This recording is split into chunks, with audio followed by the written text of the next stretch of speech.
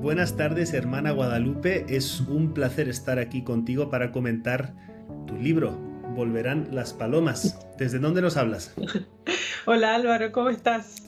Estoy actualmente en México, precisamente en En Tamaulipas, Río Bravo. Aquí hay varios nazarenos, así que bueno, estamos aquí de visita por unos días.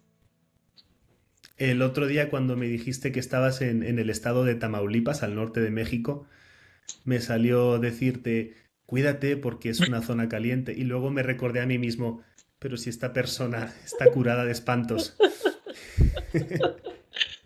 Sí, sí. La verdad, tristemente, ¿no? Pero me vino ese pensamiento diciendo, pero si la hermana Guadalupe lleva años viviendo en Alepo, Tamaulipas, digo, no por frivolizar, ¿no? Pero uno ya desarrolla esa capacidad de, como describes en tu libro, De de ciertas habituarse, sí. nociones, ciertos mecanismos, sí. Sí, También de supervivencia, quieras que no. O sea, y a mí me erizaba la piel, ¿no? Cuando contabas en tu libro pues uno oye detonaciones, explosiones y uno aprende de una manera, ya sabe de dónde están, qué tipo de arma es, qué es lo que está pasando y qué triste adquirir todo ese conocimiento y a la vez qué útil, ¿no? sí, sí, lo mismo que lo de los niños que para jugar se intercambiaban balas, ¿no?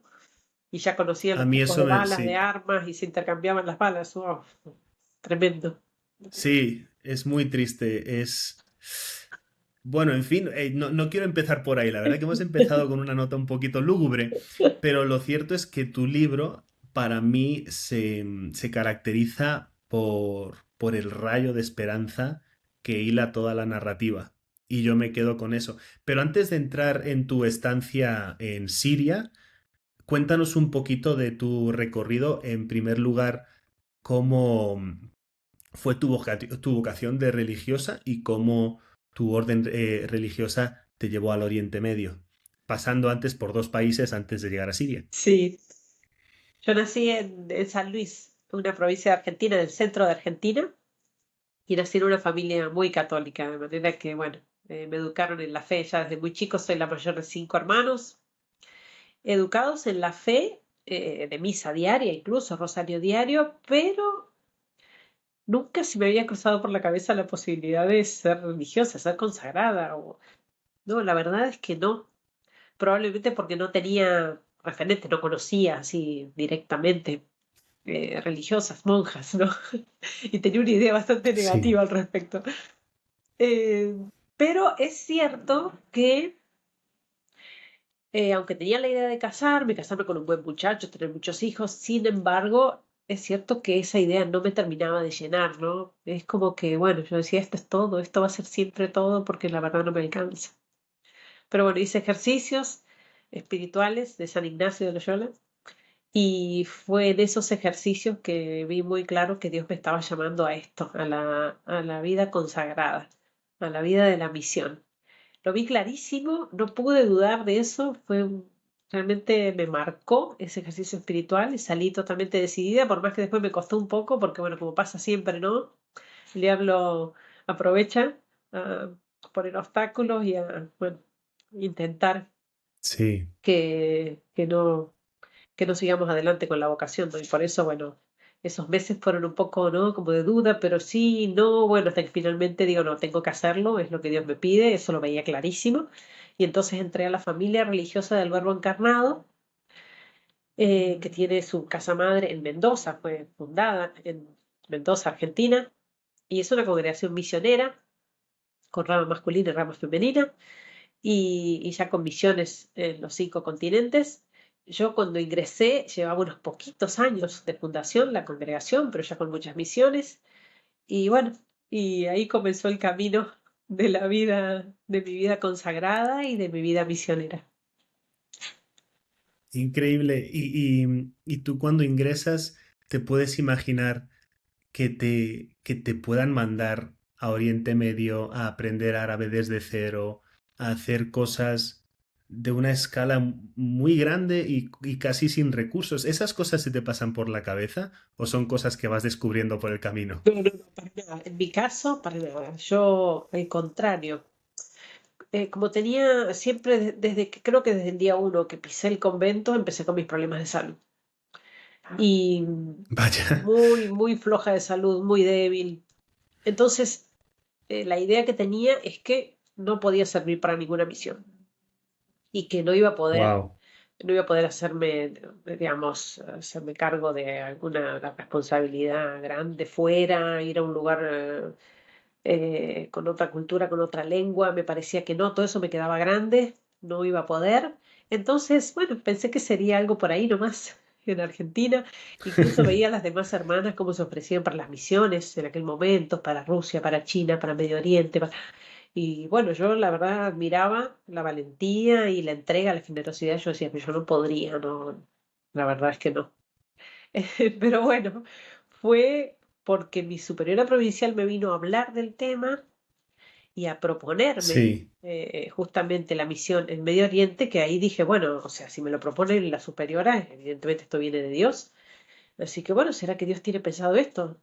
Aunque a mí me sorprendía bastante. Pero bueno, fue por eso que acepté y sin dudar, no, no, digamos. Digo, bueno, Es, Dios sabrá lo que es está pidiendo. alucinante.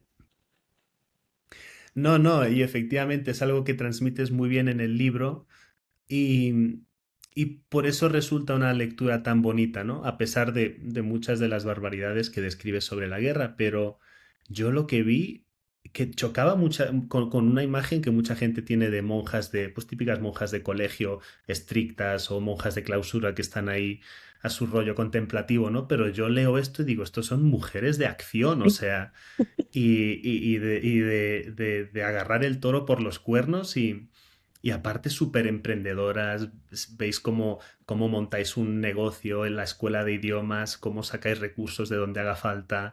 Me hizo mucha gracia el episodio de cómo te sacaste el carnet de conducir en Egipto, en árabe, como la gente miraba diciendo, pero ¿qué es esto?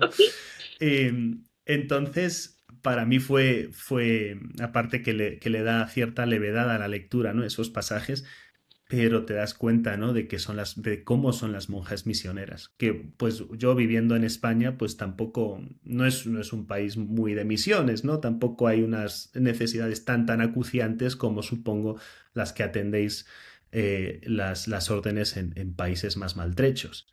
Y entonces, no, quería recalcar eso, que es que da gusto leer acerca de aquello que siento yo que demasiada gente desconoce sobre la labor real de las misiones de la Iglesia. Y yo creo que cuando con con la vida de misión uno se va dando cuenta, por más que me llevó tiempo, uno se va dando cuenta de que realmente el protagonista es Dios mismo y que Él va haciendo lo que quiere y como Sí, quiere.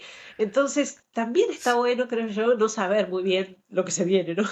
Entonces, porque yo sí, creo que lo dije, incluso creo que lo expresé así en el libro también, pero lo digo siempre, que si hubiera sabido quizás desde el primer momento lo que iba a tener que vivir después, probablemente hubiera dicho, no, no, no, yo no puedo, no es demasiado, no. Pero bueno, esta aventura de ir viendo día a día lo que Dios va proponiendo y cómo se van dando las cosas, cómo Él va llevando los hilos, ¿no? Entonces lo hace ser también una aventura única, ¿no? sí, es muy bonito de leer y sobre todo yo creo que puede resonar con cualquier persona, no hace falta ser religioso, no hace falta haber tomado esos votos, porque yo creo que es algo con lo que demasiada gente tiene dificultades, ¿no? Esa capacidad de vivir con cierto abandono y de que haya pasajes de la vida que parezcan un descontrol y de decir, Dios, toma el volante y yo me fío, pero de tener esa creencia real, ¿no? En una época en la que quizás sea por el consumismo y porque pedimos una cosa por Amazon y al día siguiente la tenemos a la hora que queremos, del color que queremos, como que hay demasiadas cosas que nos hacen creer que podemos controlarlo todo. Exactamente, sí. Y a Y la hora además, de la hora las cosas sí, importantes están sí. en manos de Dios. Y muchas cosas que incluso pueden tener apariencia negativa o bueno, dificultad, lo que sea, y después con el tiempo uno se da cuenta por qué Dios permitió eso, ¿no?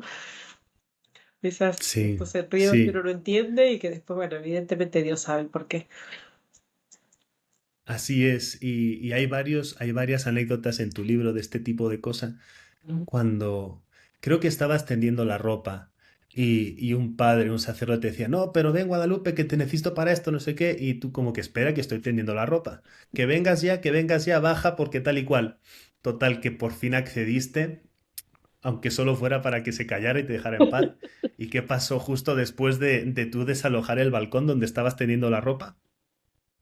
Cae el misil, cae un misil tremendo, Cae un... cientos de muertos, sí, sí, por eso digo santa obediencia realmente, sí.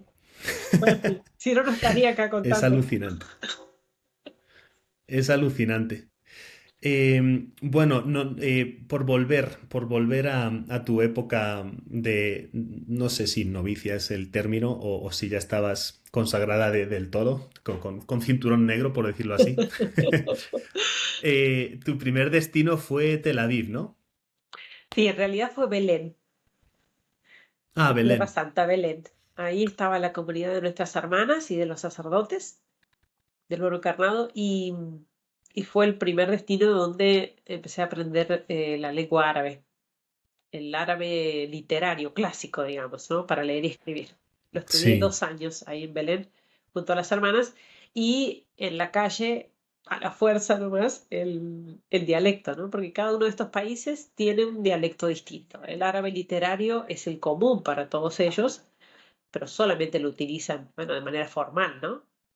Pero el hablado es distinto en cada país. Así que bueno, aprendí el palestino así, más o menos, en la calle, como aprendemos todos wow, ahí. Y, y después de esos 2 años, que bueno, fueron 2 años hermosísimos también por el hecho, bueno, estar en Tierra Santa, ¿no? Poder visitar los santos lugares, claro, experiencia única realmente.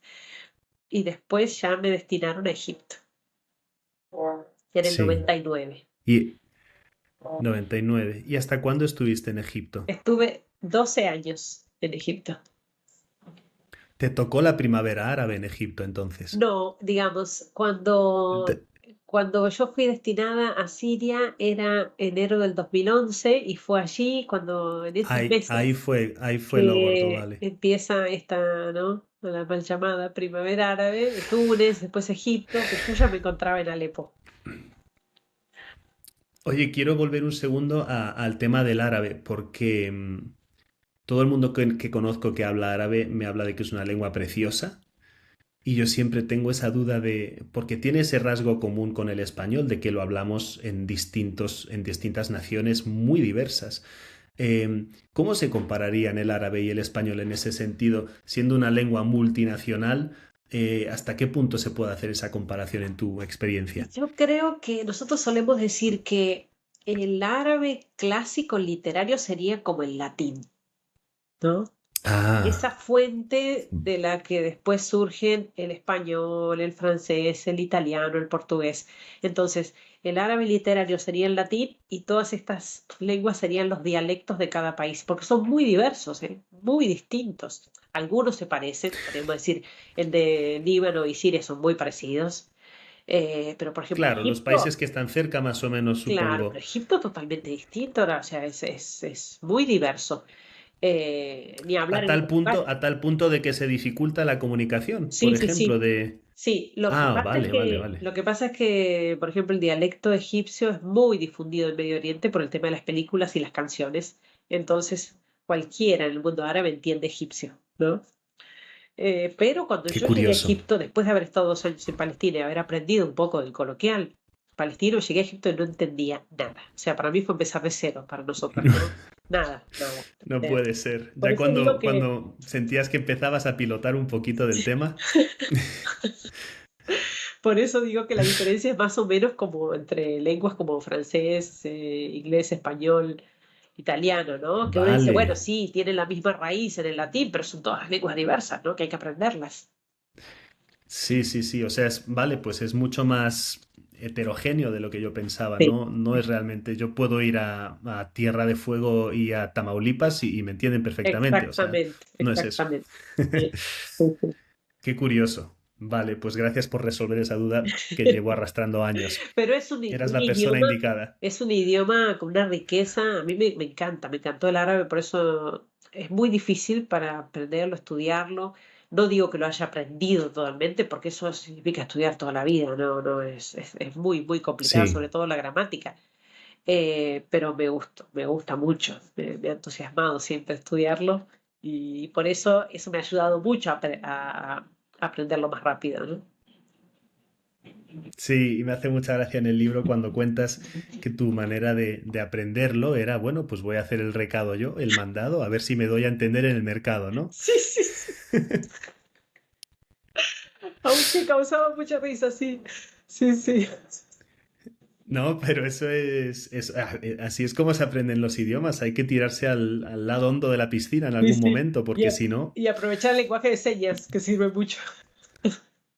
totalmente, totalmente. Que ojo, porque las señas también varían mucho Ah, de Occidente a sí. Oriente, o sea, Sí. Sí, ¿verdad? sí. Muy distintas, ¿no? Allá Curio- dicen, espera, esto significa esperar. Hasta que aprendimos eso, esperar, para nosotros en Argentina es totalmente distinto, ¿no? En Argentina sería, bueno, Claro, ¿qué te pasa? Decimos nosotros, ¿qué te pasa? claro. Allá Además, me dices, con lo italianos que espera. sois ahí, con lo italianos que sois en Argentina, ¿verdad? Esto es clave. Sí, sí, sí. Todo un lenguaje distinto. Que, pues, o sea, el libro es precioso en ese sentido de que se nota en cada página que cada día de la misión es una aventura, es vivir con arrojo, con alegría y con una energía que yo no sé de dónde sacabais, la verdad. Tengo aquí sacado algo subrayado, un pasaje que me resulta increíble, no solo por el contenido, pero porque además lo describes de una manera muy bella. Si me permites, lo leo. Creo que Sí. ya lo has leído, pero para nuestra audiencia. No teníamos en nuestras filas misioneras de grandes méritos ni de especiales dotes. El secreto fue que cada una se entregó con toda el alma a la misión, con sus achaques y sus limitaciones, sin medir generosidad y sacrificio. Y Dios obró lo demás. Es una manera súper bonita de captar toda la esencia, ¿no? De vuestra misión. Es que es tal cual, es lo que te decía al principio. Eh, eh, ya ver cómo Dios llevaba las cosas, cómo cada día surgía, podríamos decir, también un problema nuevo, ¿no? Porque sobre todo en Egipto la misión fue una Sí, aventura tremenda. Eh, y ver cómo florecía la misión, los frutos, las sí, vocaciones, las casas, las nuevas misiones, las nuevas fundaciones. Entonces, la verdad, uno también ahí se da cuenta que no, ni siquiera es que depende de los propios dones, o simplemente en decir el sí y repetir el sí todos los días para que Dios haga su obra. Realmente era así, claro. era muy impresionante para nosotros. Y bueno, y después comprender que uno es el que pone las limitaciones. Tantas veces cuando yo misma decía, no, pero yo allá no podría, ¿no? En un lugar de guerra no podría. Esto yo no, porque mi salud no, yo la verdad, hasta acá podría, pero esto ya no. Y después uno se va dando cuenta que al momento en que llega a esa situación, la puede sobrellevar. O sea, evidentemente Dios está dando la gracia, ¿no? Por eso yo después me burlaba de Sí. mí misma. Digo, bueno, ahora ya está, ahora que me manden a la luna, porque la verdad, a donde fue, ya evidentemente es Dios el que está trabajando y Sí. bueno, espera solamente Llegado el nuestra momento, misión. aprenderé a respirar en el espacio. Exactamente, exactamente. Sí.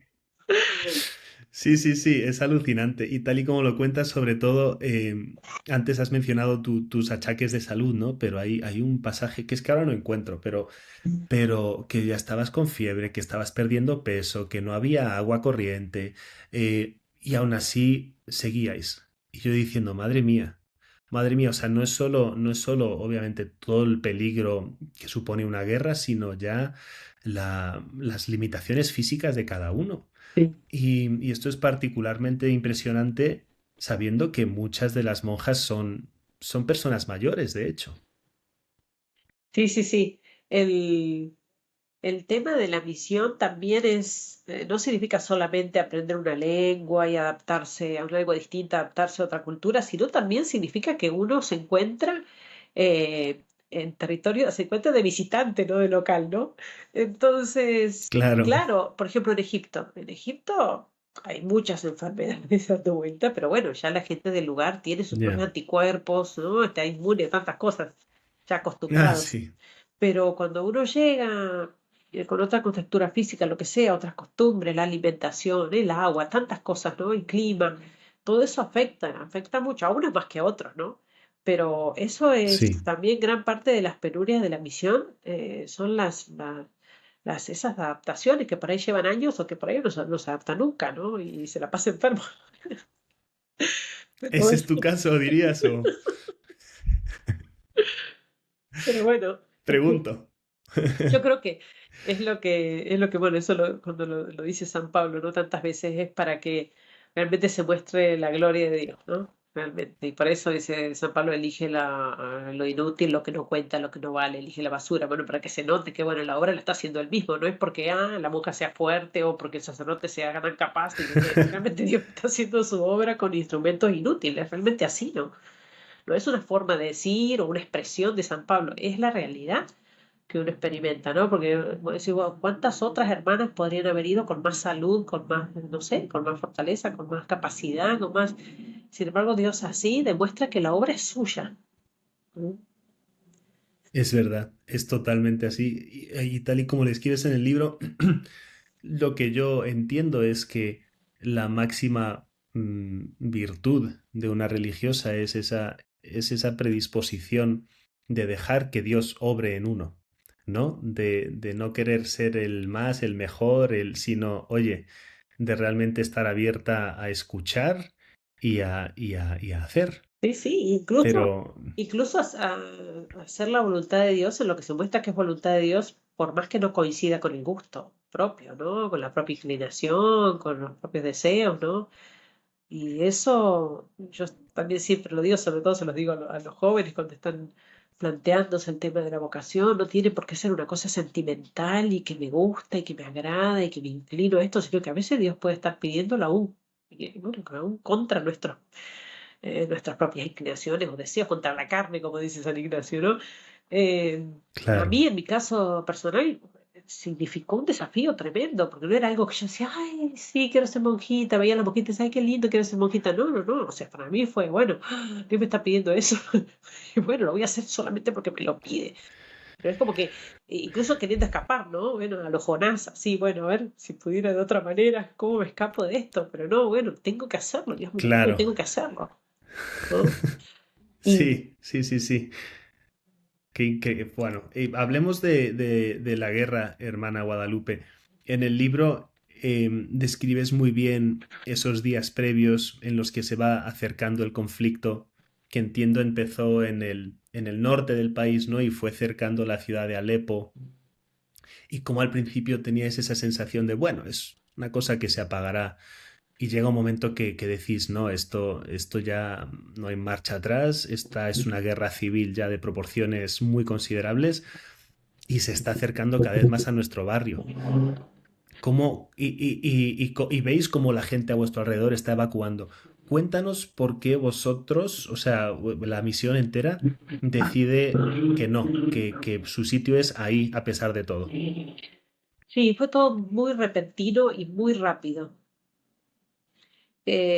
Cuando los conflictos o los disturbios empezaron en estas ciudades de Siria, la gente en Alepo decía, no, bueno, esto ya se va a acabar, el ejército lo va a solucionar muy pronto y va a acabar con los terroristas, ¿no? Porque se trataba de una invasión terrorista al país. Sí, Eh, pero bueno, muy pronto llegaron a Alepo también.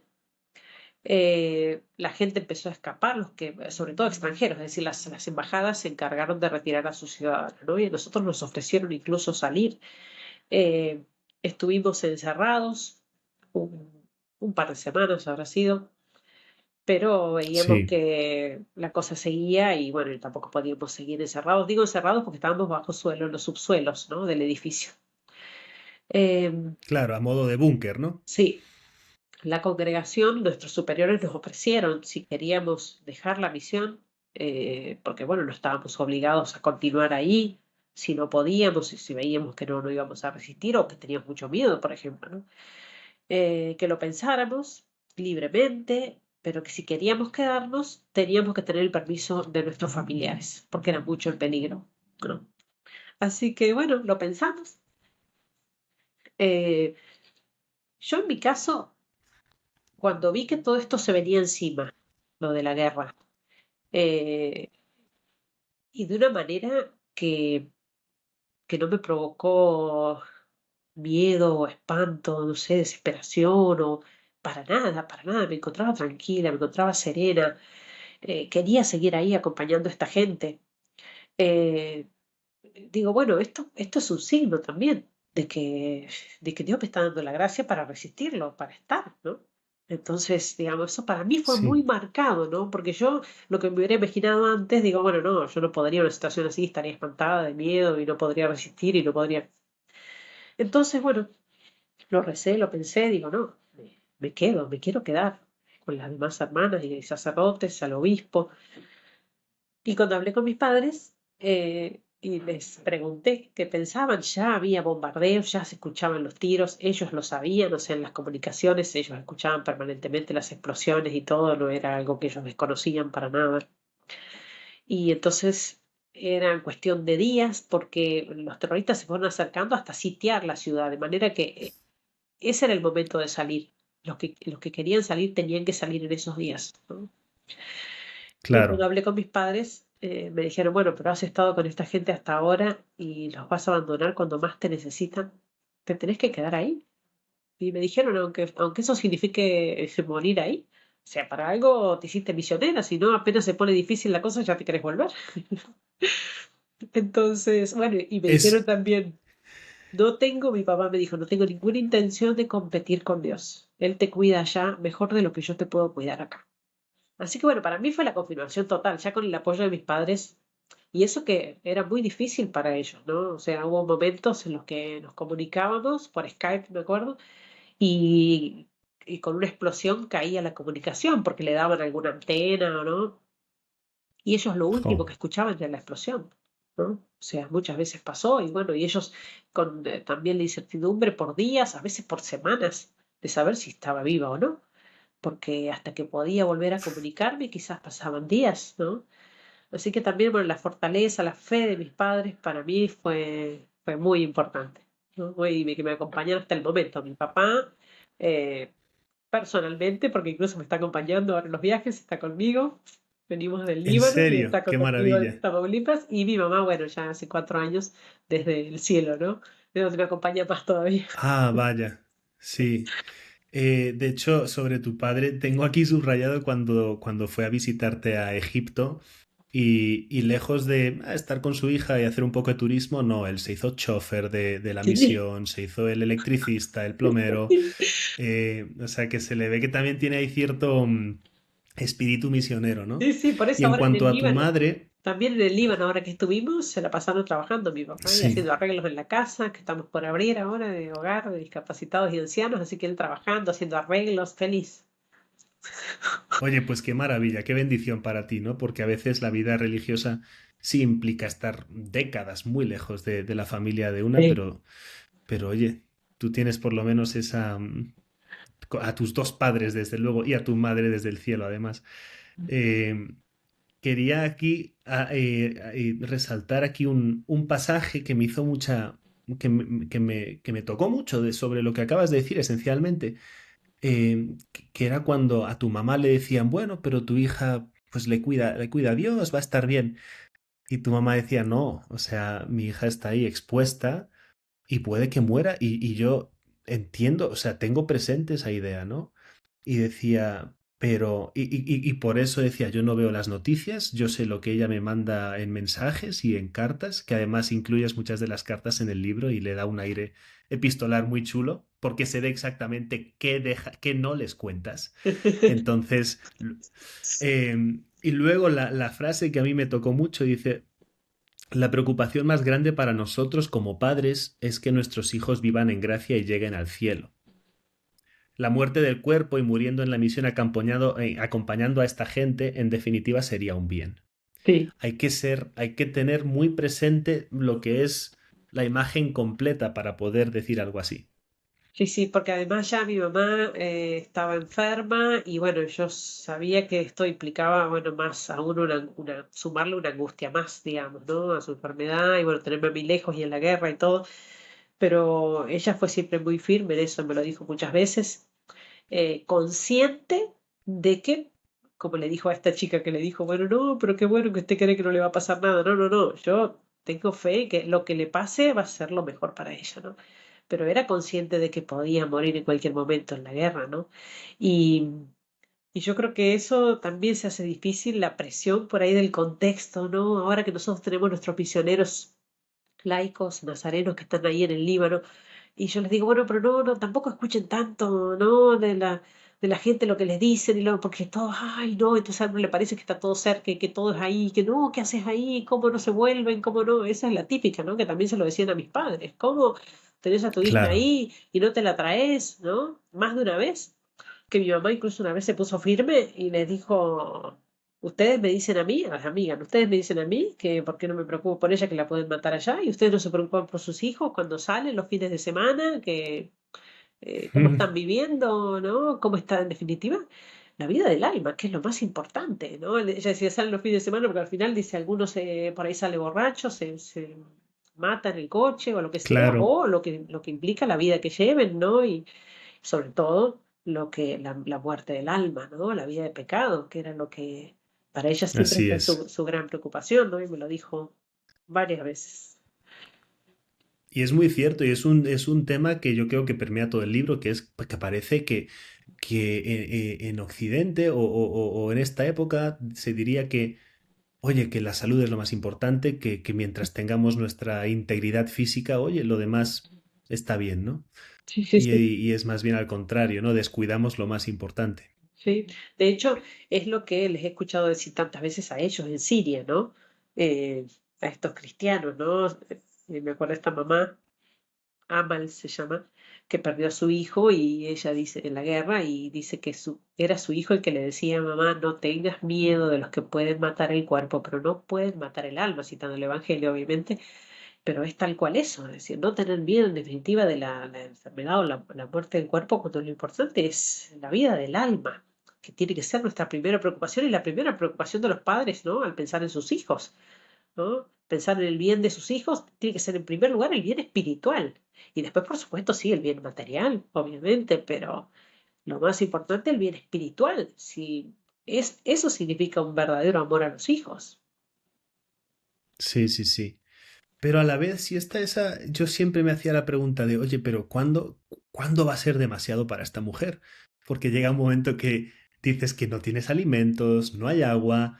Digo, no somos seres físicos también, o sea, ¿cuándo?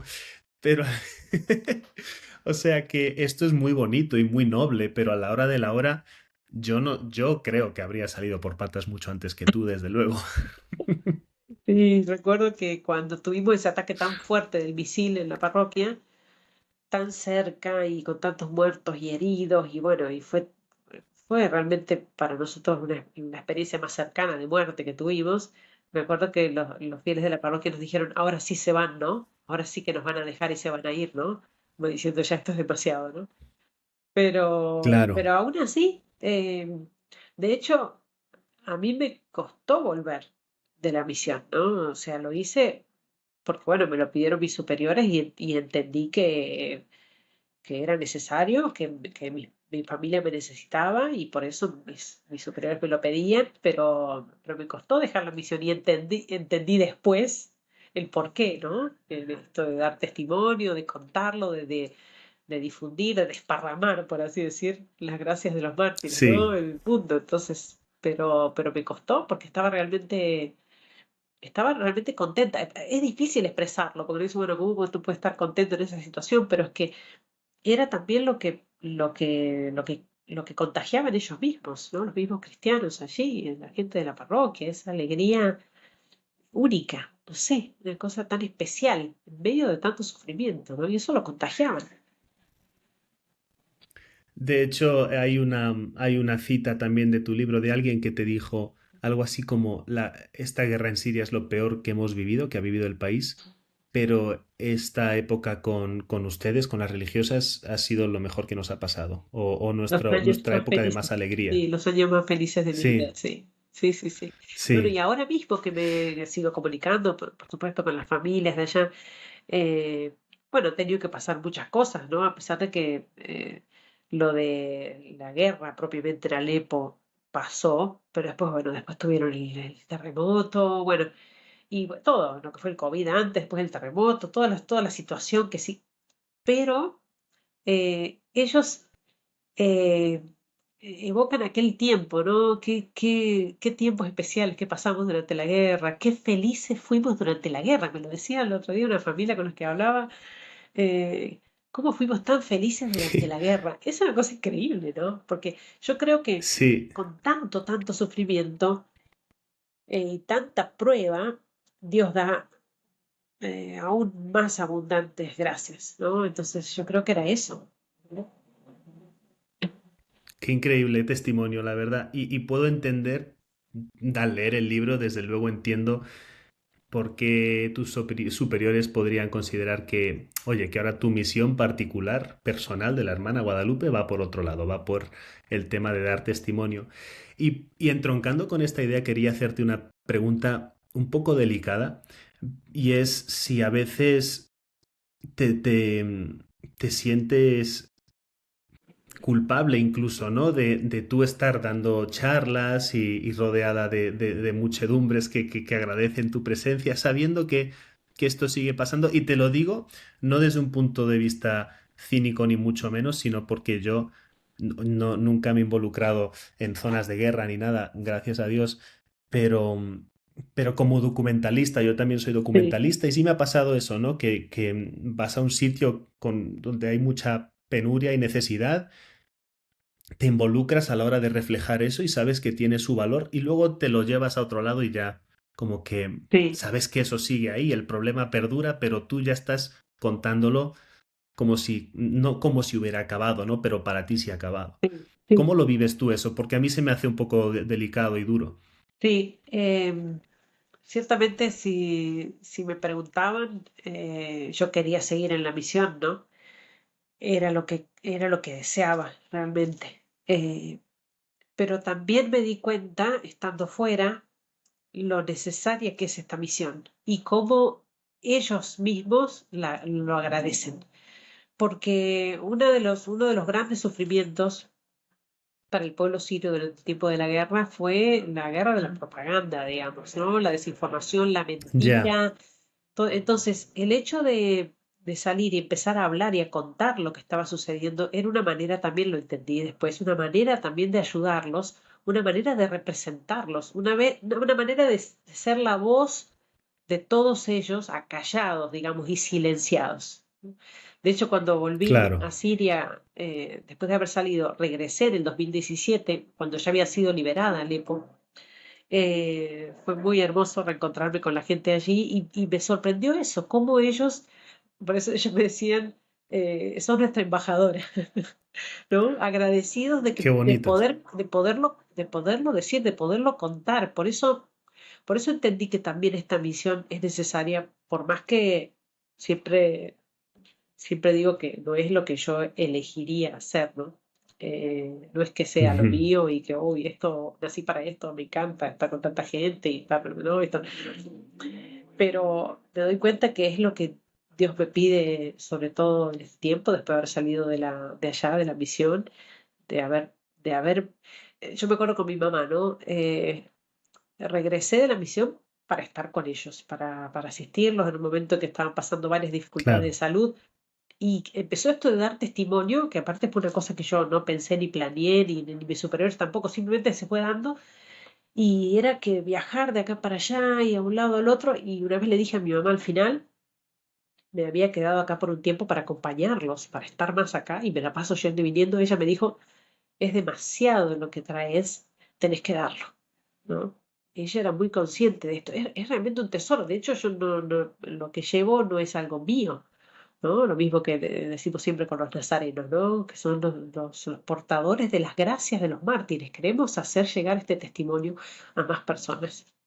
Y por eso, bueno, es la misión que sí, Dios me encomendó. Eh, Como dije antes, no siempre tiene que coincidir con lo que a uno le gustaría hacer, pero exacto, eso estaba pensando ahora entiendo mismo, que es sí. que es lo que Dios pide, ¿no? Claro. No, y una vez más recalco que no hay crítica en mi pregunta, pero es algo que me parece fascinante porque conociéndote a ti tal y como lo cuentas en el libro, diría, esta mujer querría seguir ahí Sí, y la ciertamente, tienen de gira. ciertamente. Em, Pero no, también es es, es, cierto es que increíble el libro. también es cierto, perdón, Dime, Álvaro, dime. que eh, es cierto que me dedico mucho a esto de dar testimonio y a difundir, pero lo que he entendido que es mi misión más importante en estos años es acompañar este movimiento nuevo de laicos, los nazarenos, ¿no? Ujú. Apoyándolos, acompañándolos en la formación, en la misión, y por eso creo que es, bueno, es mucho más grande, ¿no? Y necesario. Y es como un poco este movimiento, estos laicos tan comprometidos con la causa de los mártires, son como el fruto de esta sangre derramada, ¿no? Los mártires provocan esto, provocan mayor entrega Sí, en los cristianos, ¿no? Entonces también es sí, muy sí, sí. gratificante poder acompañar de esa manera. Antes de acabar, quiero hacer mención de toda la gente maravillosa que mencionas en el libro, ¿no? Porque a la hora tú de dar testimonio no es como que tú vayas a hablar de ti, a contar tu rollo, más bien vas a que la gente conozca a toda esta gente santa, muchos de ellos mártires, cuyos testimonios son poderosísimos y desgarradores muchas veces porque mucha gente de la que hablas, de hecho, pues muere en esta narrativa que nos brindas en el libro, Volverán las palomas. Y, y creo que en ese sentido, esas personas que tú conociste y conviviste en el día a día, poder inmortalizarlas por escrito tiene un valor tremendo y poder ver de cerca cómo son los entresijos del proceso de un martirio, porque hay mucho mártir anónimo y creo que ahí hay un valor tremendo de esta obra, de Volverán las palomas.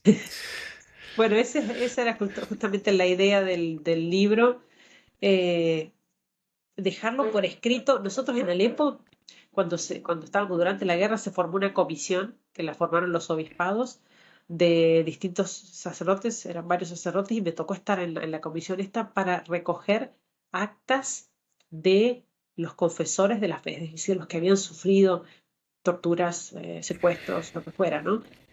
Claro, es una riqueza para Sí, la iglesia, y por eso yo también lo pensaba, bueno, todo esto que había vivido, eso no lo quiero olvidar, y lo quiero seguir proclamando y difundiendo y que quede por escrito. Y bueno, esa es la idea también del libro, para que también, bueno, llegue a todos los que pueda llegar, y que los mártires puedan hacer su obra, porque si hay algo de lo que estoy totalmente convencida es de que los mártires hacen su obra, ¿no?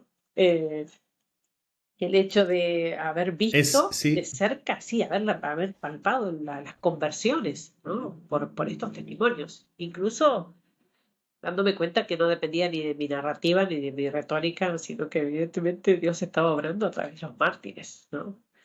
Por eso hay que aprovechar esta claro, arma. claro, y es la hagiografía al final pone en valor el poder de las historias. Sí, O sea, un santo cuya historia se conoce puede hacer mucho más bien, sí, por motivos obvios, ¿no? ciertamente. Así que, pues te felicito, hermana Guadalupe, porque me parece un testimonio súper poderoso. No sé si has visto ya, si ha quedado en España, Sí. Volverán las Palomas, la edición de Rialp. Yo lo tengo muy estudiado, por eso se asoma todo esto tan feo, pero imagínatelo así en una librería.